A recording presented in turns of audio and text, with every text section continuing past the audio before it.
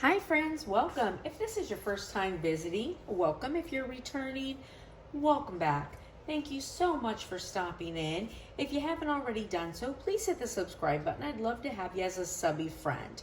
So today we're going to do a quick video on epoxy. I was getting ready to mix some epoxy this morning for some pieces I'm doing for another project. And I get asked a lot about mixing epoxy. So for people who are new, there's a lot of question, surrounding it. So I thought that as I'm mixing my epoxy, we would talk about it. Now, I always keep little molds and different things out because when I have extra epoxy, I like to be able to utilize it. So don't mind all my little things sitting out. These are not the projects that I'm currently working on to share. That's off to the side. So when you're mixing epoxy, a few things to keep in mind. So what is your project? There are different types of epoxy for different projects. Now, I like to use just regular epoxy. I use the same epoxy for everything. I do also have some UV resin that I use for different things, but for the most part, I use the same epoxy. It makes it easy for me. However, do your research. There's all kinds of different epoxies. However, what I'm going to say, it's very important if you are doing tumblers or if you are putting on any kind of surface that would come in contact with a person's mouth, with a person's food, anything like that, you have to make sure that you are using FDA food grade epoxy that is been okayed to be on or around or with the use of food. And I personally only buy epoxy that's made in the USA because I live in the USA. I think that whatever country you live in, it's good to buy epoxy if you can from that country, because whatever your regulations are, you're gonna know that you meet those regulations. Now, I myself use Pro-Marine epoxy. It comes, so this is what it looks like. This is the jug, and it comes in part A, part B. It comes with two 1 gallon containers. Well, or whatever size you buy. I buy the 1 gallon because I use so much of it. Now, I distribute that epoxy in different ways. So I have some containers that have pumps on them. Makes it easy for me when I'm doing multiple cups. Sometimes I need smaller things, so I put it into smaller containers. So I like to use this type of a container, and they get very messy. As you can see, you always want to wear gloves with epoxy. Now, I do normally write on here A and B. I usually write it on the bottom so that I know which is which. On this one, I know which is which because my part A is so thick, I cut the top off of the part A container because it's thicker to come out.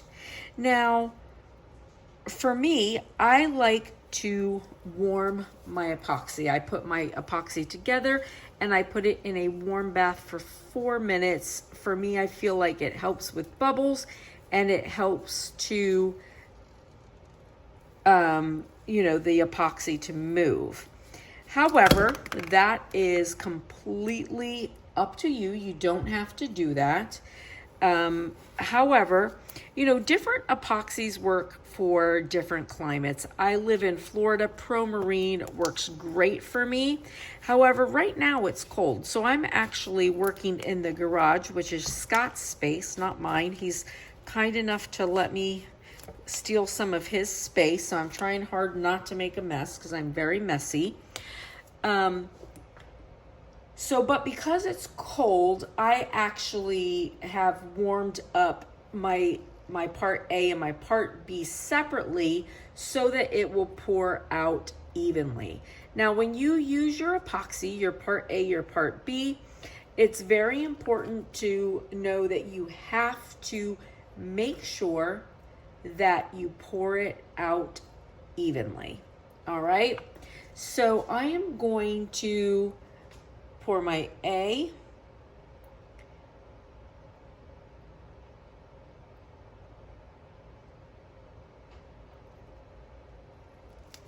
And you always want to read the directions for your epoxy.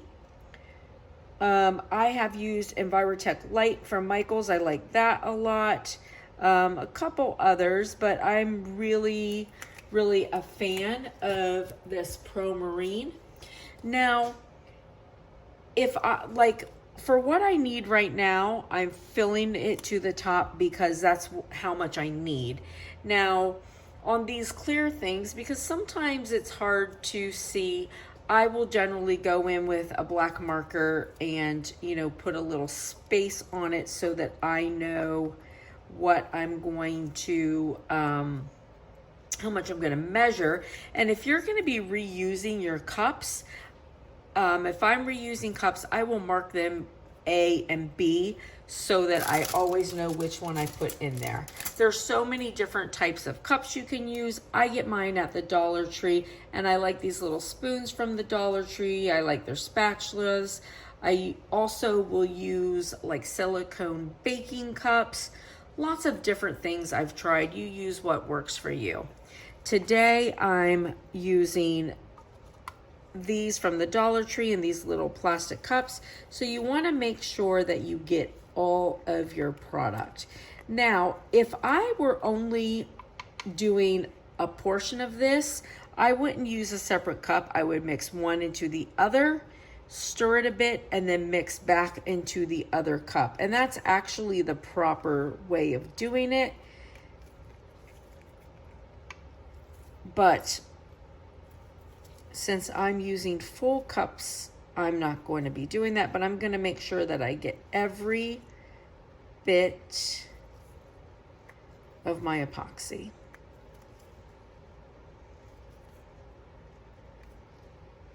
Now, when you're stirring this, you want to really try to decrease your bubbles. So if I'm doing a small thing, I'll use a smaller stir. A big thing, I'll use a bigger stir stick. But regardless, I use big round stirs, and I go in an even pace. I try not to stir too fast because the more you aerate it, the more bubbles you're gonna have. And sometimes just letting it sit for a couple minutes will also help to decrease your bubbles. So read your epoxy's directions. It's generally about 4 minutes.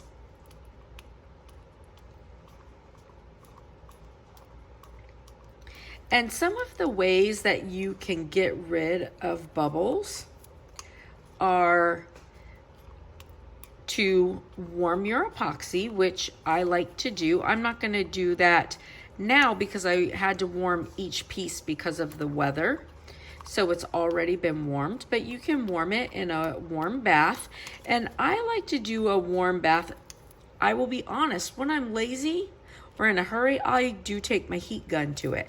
However, that's probably not the best practice, and your distribution of heat is not even. So you have to make sure you stir it really well, and for a good distribution of heat, my most practice method and what I consider to be my best practice is putting it in a warm bath for 4 minutes. You don't want to let it sit for too long because it will harden. And also when you add heat, you are starting that process of the epoxy starting to work, so you're decreasing your work time.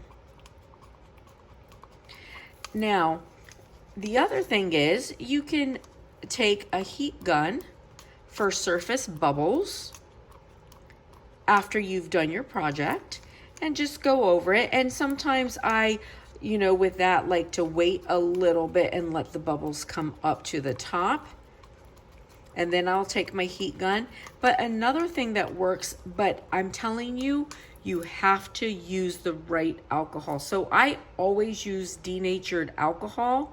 You have to use an alcohol that's in the 90% range, which I always use because I only use denatured alcohol. And you can actually spray the surface of your epoxy project, and that will get rid of bubbles.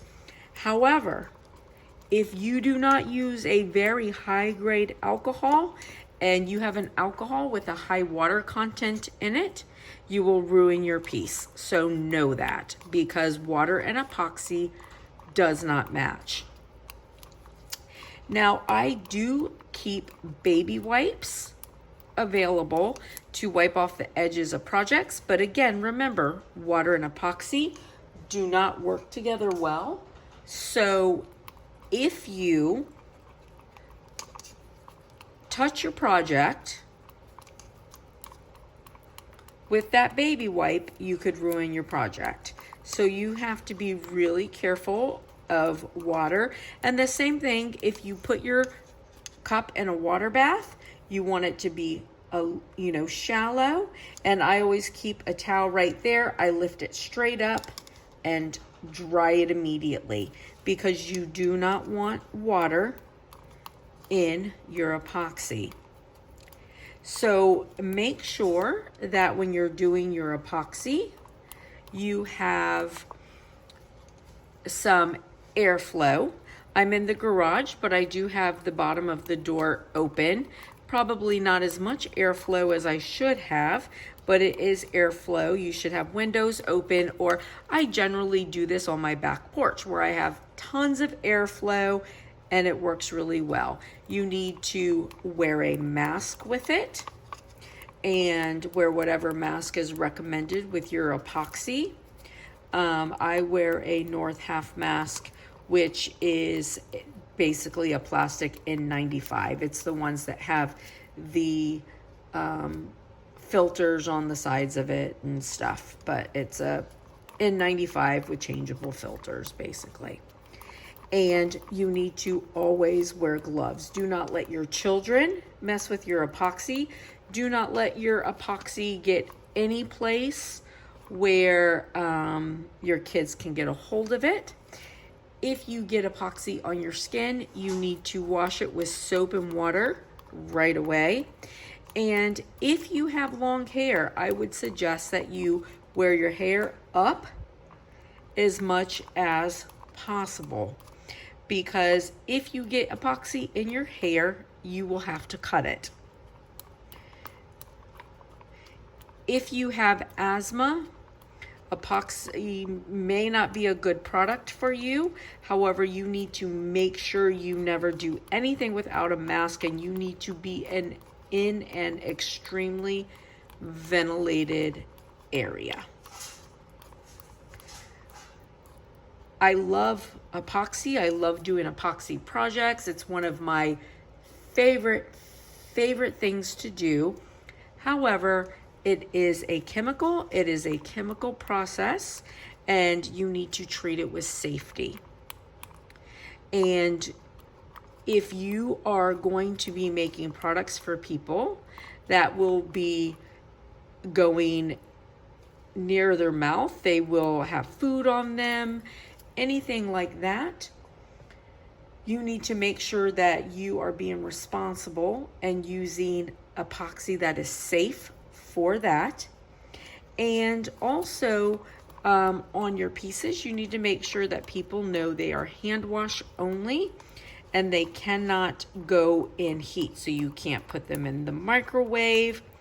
In hot places, I suggest not leaving your tumblers in cars, although I do it all the time, to be fair. And I have a friend that I made a tumbler for who told me that she puts it in the microwave. Not the microwave, the dishwasher every other day. Bad practice. Don't do it. Would never suggest it. I've told her numerous times that that's not you know, good practice. However, I saw her tumbler the other day. I was at the hospital where she is, and it is a tumbler. I made it. It's back in some of my older videos. It's a Geode Tumbler, and I am telling you, I can't believe it. Like, she puts that thing in the dishwasher, and it looks no different than it did the day I gave it to her. I can't believe it. However, not good practice, so they can't go in the microwave. They're hand wash only. And any trays that you make and stuff like that, they cannot go in the oven. So just make sure you know that. Okay, so this is nice and stirred. You know, I aerated it a little more than I wanted to because I can't talk and think sometimes at the same time. I'm going to let it sit for a few minutes, and I'm going to use it in my project. So, some other couple last minute things. Silicone.